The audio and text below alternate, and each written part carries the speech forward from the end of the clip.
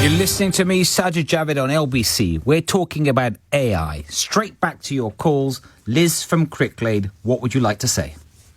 Hello, Sajid. Hi. Good to talk to you. I would like to say that I think this is all a bit embarrassing, really, actually, this conference, because, you know, we're a small country. We decided to leave the biggest, most successful trading bloc in the world. And really, should we not have learned enough lessons in this? We've already had to climb down on several things, including the trademark. Ultimately, whatever the big powers in the world decide to do, we will have to fall into line behind. And I think if I was Prime Minister, or if I was able to influence the Prime Minister, I would be saying, this is a huge concern. It's a massive threat.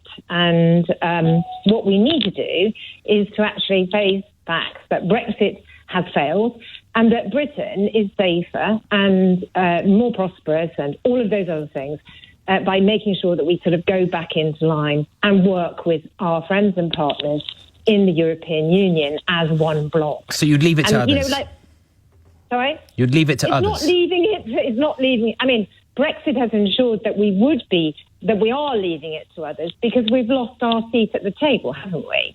But this is where these arguments, when you think about what side of the road we drive on, those decisions, when cars first came through, when we made decisions about which videotapes to use, whether it was VHS, which won the war in the end, or Betamax, you know, this is a point at which we're at. And to think that Brexit Britain on its own is going to win it by holding a conference is just embarrassing. And that's why, you know, most world leaders have actually are not going to attend, or they haven't replied as yet. It's good to be having the conversation, but ultimately, if we're going to get real with our people about the threats, and you've heard all of those so far, they're terrifying. The same as when COVID broke out. Britain couldn't fight COVID on its own. Britain can't fight climate change on its own. Britain can't face AI on its own. Well, I think and we have to come to that realisation. Yeah. Liz, I hear you, but I don't think...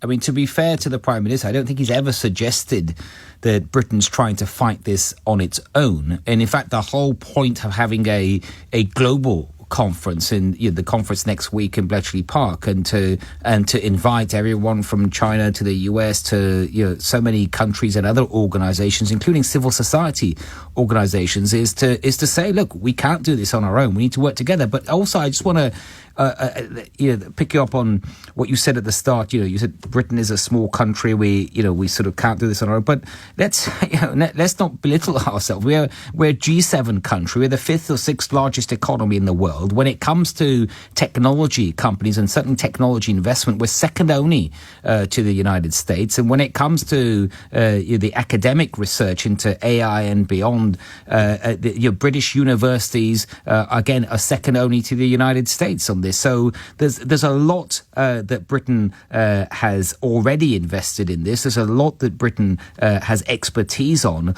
and AI, I actually think, is one of those areas. And I hear what you say about Brexit and all that, but I'm not really.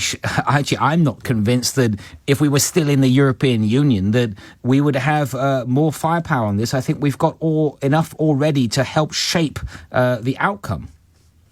Well, obviously you're a Conservative and you brought us Brexit, so, you're not going to agree with me. But ultimately, the answers are there. We're already tumbling down the ranks in terms of the size of our economy. We have weakened Britain, and we have to face those But what does this have to do with Brexit? That's my point. We're talking about AI. I mean, why does everything have to be about Brexit? Because if we sat and had a conference about COVID in Britain without actually going across to our partners in Europe and across the world, then where would we have got to? We were still in the transition when COVID struck. But ultimately, we're in that... Can I talk? Yeah, go ahead. We're in that position now, Sajid.